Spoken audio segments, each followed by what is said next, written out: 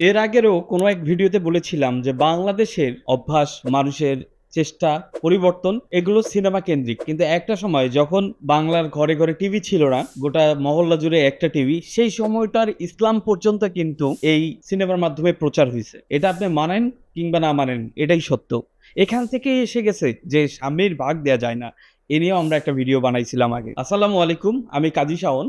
আজকের এই ভিডিওতে আমরা কথা বলবো মিডিয়ার গুরুত্ব নিয়ে এবং মিডিয়া কিভাবে আমাদের সামনে যে জিনিসগুলো উপস্থাপন করতেছে এর ক্ষতিকারক দিকগুলো নিয়ে। এই সকল বিষয়ে আসলে কথা এর মধ্যে অনেক চর্চা হচ্ছে, কিন্তু আপনারও জানা উচিত কোনটা সত্য আর কোনটা মিথ্যা। ইদানিং কালে আপনারা জানেন যে টেলিভিশন শুধুমাত্র বাসার টিভির মধ্যে বা স্মার্ট টেলিভিশনের মধ্যে সীমাবদ্ধ নয়। ইউটিউব, স্মার্টফোন এর সকল ডিভাইস ঘিরেই রয়েছে আমাদের পদযাত্রা এবং আমরা প্রত্যেক জায়গা থেকে ভিডিও দেখতেছি, সেই সাথে নলেজ গ্যাদারিং করতেছি নিজের জানায় অথবা অজানায়। আপনি দেখবেন যে আপনার লাইফস্টাইলের প্র্যাকটিসের কেমন করে যেন ফেসবুক, ইউটিউব এবং এই সকল মিডিয়া ভিডিও প্রভাবিত করে। আর কোনো কিছু শুরুতে যখন বাংলাদেশে কোনো বিজনেস শুরু হয় তখন কিন্তু সেটা মিডিয়ার মাধ্যমে প্রচারিত হয়। মূল পয়েন্টে যদি আসি, সেটা হচ্ছে ইদানিংকালে আপনি যে গসিপ টাইপ অনুষ্ঠানগুলো আছে, যেমন ধরেন একজন টিকটকারকে ধরে আনছে অথবা একজন ফিমেল ইউটিউবারকে ধরে আনছে অথবা ইনফ্লুয়েন্সার অথবা ফুড ব্লগার, এরকম যে কোনো সেলিব্রিটি যাদেরকে বলা হচ্ছে সো কল্ড সেলিব্রিটি, তাদেরকে ধরে এনে একটা কমন কোয়েশ্চেন যদি ছেলে হয় তাদেরকে একরকম কোয়েশ্চেন করা হচ্ছে, আর মেয়ে হইলে তাদেরকে আরেক রকম কোয়েশ্চেন করা হয়েছে। আর কোয়েশ্চেনটা কমন হচ্ছে যে আপনার কি সুগার ড্যাডি আছে অথবা আপনার কি সুগার মমি আছে। সুগার ড্যাডি এবং সুগার মমি এই বিষয়টার সাথে আপনারা ইতিমধ্যে হয়তো পরিচিত থাকবেন, আর যদি না থাকেন সহজ করে বলি, আপনি যদি আপনার বয়সের বড় কোনো নারীর সাথে তার সকল সুবিধা ভোগ করে, টাকা পয়সা অর্থ যা আছে সব রকম সুবিধা ভোগ করে যদি তার সাথে মিলেমিশে থাকেন বিবাহ ছাড়াই, সেটাকে সুগার ড্যাডি বা সুগার মমি বলে। এই টার্মটার সাথে আমরা কিন্তু বছর ৫ আগেও পরিচিত এইভাবে ছিলাম না। এই যে মিডিয়া ইচ্ছা করেই আমাদের কাছে একটা উইংস, পাখা শাখা গজাচ্ছে, ইচ্ছা করেই মানুষের কাছে এই বিষয়টা নরমালাইজ হয়ে যায়। মুসলিম প্রধান দেশ হওয়া সত্ত্বেও এই বিষয়টার বিরুদ্ধে যাতে মানুষ কথা বলতে না পারে। বিষয়টা এমন দেখেন, যৌন সুড়সুড়ি কুরকুরি বিষয়টা কিন্তু একদমই নরমাল। দাড়ির জন্য অনেক কথা খুলে বলতে পারি না। এই পয়েন্টটাও বলে রাখি যে আমি কিন্তু ভাই ইসলামিক স্টাডিজের স্টুডেন্ট না বা আমি কোনো আলেমও না। আমি অনার্সে পড়া একজন ছেলে এবং এখনো ছাত্র। পড়ালেখা শেষ হয়েছে কিন্তু ছাত্র তো সারা জীবনের। আমার পড়াশোনা ম্যাথমেটিক্স থেকে।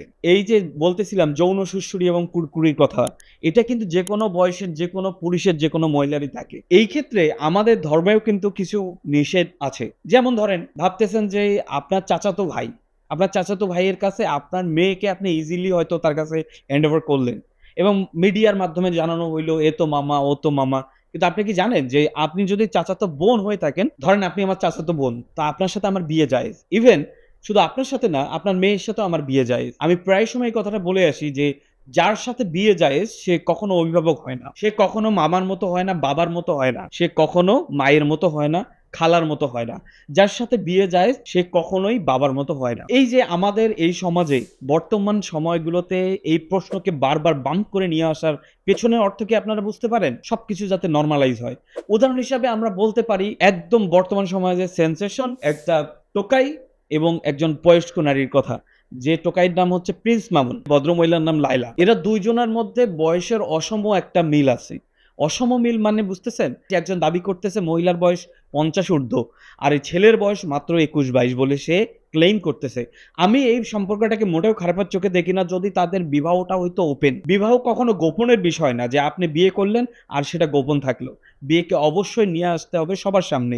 আর বিয়ে যাতে গোপন না থাকে, যাতে আপনি বিয়ে করার পর সেটা সকলে জানে, সেটার জন্য কিন্তু ইসলামে এমনও বিধান আছে তোমরা মসজিদে বিয়ে করো। কারণ একটাই, এই কারণটা হচ্ছে যে যাতে অধিক সংখ্যক মানুষ জানতে পারে যে আপনি বিবাহ করেছেন। এদের এই ৫-৭ বছর ধরে যে ঝামেলা চলতেছে সেইটারই কিন্তু কালপ্রিট, অপরপিট আমাদের এই যে ধরেন সুগার ড্যাডি বা সুগার মমি কনসেপ্টটা। এরা দেখেন আজ থেকে ৫-৭ বছর আগে যখন লায়লাকে বিভিন্নভাবে প্রশ্ন করা হয়েছিল যে আপনারা কি বিবাহ করছেন? তখনও সে বলছে যে না আমাদের মধ্যে একটা সম্পর্ক আছে, আমরা আপনাদেরকে সময় হলেই জানাবো।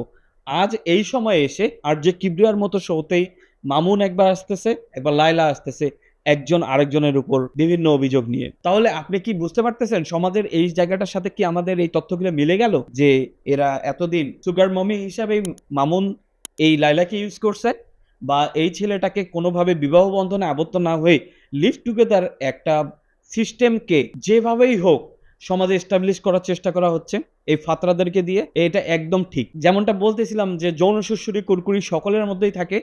মানুষ সুযোগ পাইলেই এরকম অপরাধ কর্মে জড়িত হয়। আর এই ধান্দাটা সবার মধ্যেই থাকে। বিশ্বাস করেন সবার মধ্যেই থাকে। আমি বলতেছি না আমি এর বাইরে। কিন্তু এরপরও প্রত্যেকটা জিনিসের একটা সীমা আছে।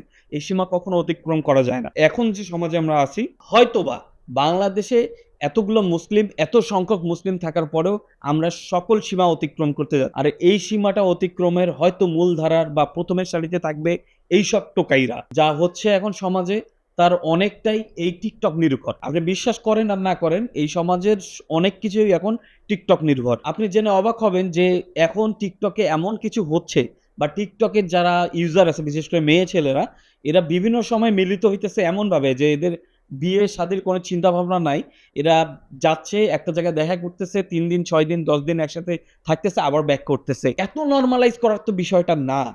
এটা তো আমরা মুসলিম হিসেবে আমাদের এটা চরম নিষেধাজ্ঞা আছে এই বিষয়টার উপর। মামুন যে কাজটা করতেছে, এখন সে আইনি লড়াই লড়তে চাচ্ছে এই লায়লার বিরুদ্ধে। লায়লা ৫ টা অথবা ৬ টা মামলা দিছে মামুনের বিরুদ্ধে। বলা হচ্ছে যে মামুন তাকে বিভিন্নভাবে ফাঁসাইছে। মূলত আমরা সামাজিকভাবে আমরা প্রত্যেকেই বুঝতেছি হয়তো লায়লাই কোনোভাবে মামুনকে ফাঁসাইছে। সবকিছু যদি আপনি যান একই সূত্রে বাঁধা। বিবাহ না করেই এই যন্ত্রণাটা হচ্ছে। যদি মামুন বয়স হওয়ার পরে পরিবারের থেকেও বিয়েটা করতো, যদি তার মা-বাবা তাদেরকে বলতো যে তোমরা বিবাহ বন্ধনে আবদ্ধ হও। আমি জানি মামুন এবং লায়লার যে ঘটনাটা, এটা এদের ২ পরিবারই জানে। কিন্তু এরা কখনোই বিয়ের তাগিদ দিছে বলে আমি সোশ্যাল মিডিয়াতে দেখিনি। দেখেন, এমন বলব না যে এদের ভিডিও আমি কখনো দেখিনি বা এদের ভিডিও আমার কখনো সামনে আসেনি। ভিডিও সোশ্যাল মিডিয়ায় থাকলে আপনার কাছে সব রকম ভিডিও আসবে। এর মধ্যে হয়তো কিছু ভিডিও আপনি না চাইলেও দেখবেন। যেটা বলতে চাচ্ছিলাম ইন শর্ট, সেটা হচ্ছে ভাই, আপনারা যারা এখন বিয়ে শাদী করবেন অথবা করছেন অথবা বাচ্চা-কাচ্চা বড় হইতেছে, এই সমাজের এই ভয়ংকর রূপটা ম্যাসিভ আকার ধারণ করার আগেই সামাজিকভাবে, পারিবারিকভাবে আমাদেরকে এটা থামিয়ে দিতে হবে। কোনোভাবেই যাতে লিভ টুগেদারকে আমরা সম্মতি প্রকাশ না করি লিভ টুগেদার বিষয়টাতে, বা কোনোভাবেই যাতে আমাদের সমর্থন, বিন্দুমাত্র সমর্থন এটাতে না যায়। হ্যাঁ, ছেলে-মেয়ে পাপ করে, পাপ করতেছে, পাপ করবে একটা সময়, কিন্তু সেটা যাতে সীমারেখায় থাকে, আমরা যাতে তাদেরকে সবসময় বুঝাই। তারা যাতে ততটুকুও না করে। তারা যাতে সেটা থেকে বেঁচে থাকে, আমরা যাতে বুঝাইতে পারি। কিন্তু এটা যদি একটা নির্দিষ্ট সীমায় চলে যায়, সেটা থেকে কিন্তু আর ব্যাক আসা পসিবল হবে না। সমাজে সেটা তখন হয়ে যাবে অন্যরকম ক্যান্সার। আপনার ছেলে, আমার ছেলে, আমার ছেলে, আপনার মেয়ে। দেখা যাবে বিয়ে শাদী কিচ্ছু নাই। একটা জায়গায় ৬ মাস, ১ বছর, ৭ বছর ধরে আছে। এই কালচার আমরা চাই না। এটাকে বাঙালি নাম দেন, হিন্দুয়ানা নাম দেন। কোনোভাবেই এটা মেনে নেওয়া যায় না। এই কালচার কোনো ধর্মেই মেনে নেওয়ার মতও না। সময় থাকতে রুখে দিতে হবে ভাই।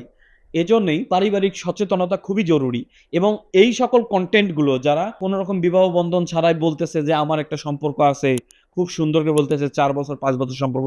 ৪-৫ বছর কেউ নখ চোষার জন্য সম্পর্কই থাকে না। এখানে অনেক কিছু ঘটে যেটা আপনারা বোঝেন। এইরকম মানুষকে কোনোভাবে ফলো কইরেন না। এরা যাতে আমাদের সমাজের আইডল নাও হতে পারে, সেজন্য আমাদের সকলকেই একটা জায়গা থেকে প্রতিবাদ করতে হবে। সেটা হইতে পারে যে আপনি তাদের কনটেন্ট দেখলেন না, তাদের কনটেন্ট দেখা মাত্রই রিপোর্ট করলেন। তাদের কনটেন্ট যাতে পরিবারের কেউ না দেখে সেটার জন্যই আপনি তাদেরকে সাবধান করে দিলেন। তা আজকের ভিডিও থাকতেছে এই পর্যন্তই।